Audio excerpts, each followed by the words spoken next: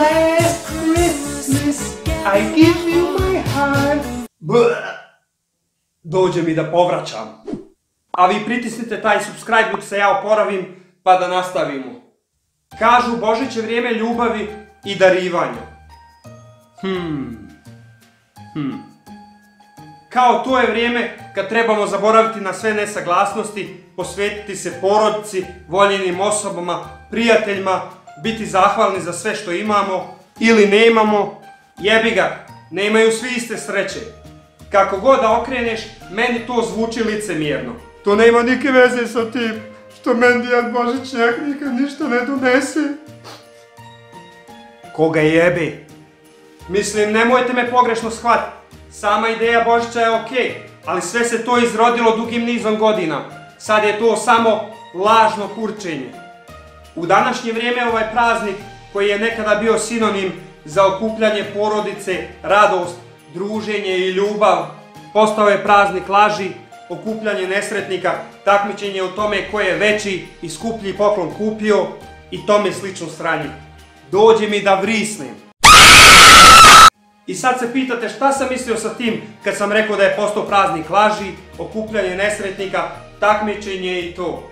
Pa evo ovako, praznik laži je prvi na listi licemjernosti kada je Božić u pitanju jer me jako nervira kako se tada glumi. Članovi obitelji koji se ne vide i ne čuju cijelu godinu. Sad odjednom svi zajedno na okupu i svi se vole i to. Tu ja povraćam. A okupljanje nesretnika, u ovo moderno doba svi se skupe i glume sretna lica. A u istinu svi nesretni i nezadovoljni. Najžalosnije u svoj toj priči je činjenica da glume pred svojom porodicom i prijateljima. Ako ti moraš glumiti sreću pred svojim najbližim i ne možeš im iskreno reći kako je stanje, onda jebi ga.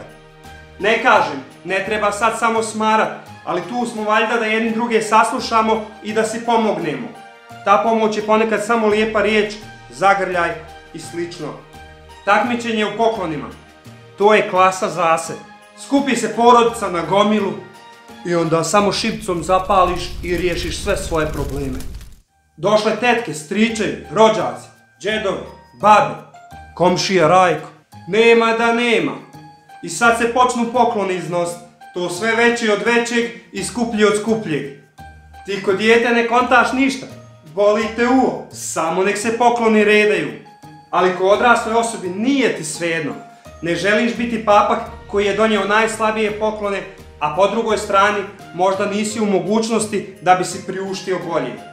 Tu mnogo puta dođe do problema, jer ljudi pozajme pare da bi se isprsili sa poklonima, a posle kriza. Početak kraja.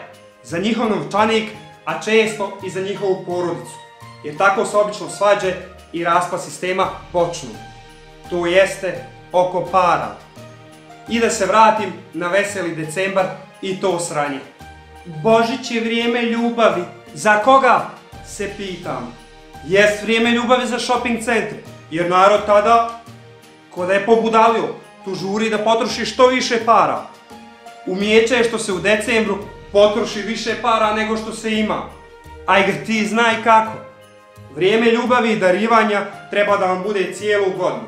A Božić samo jedan dan u nizu, kojim bi ja rekao da ste obilježili svoju ljubav i punu godinu.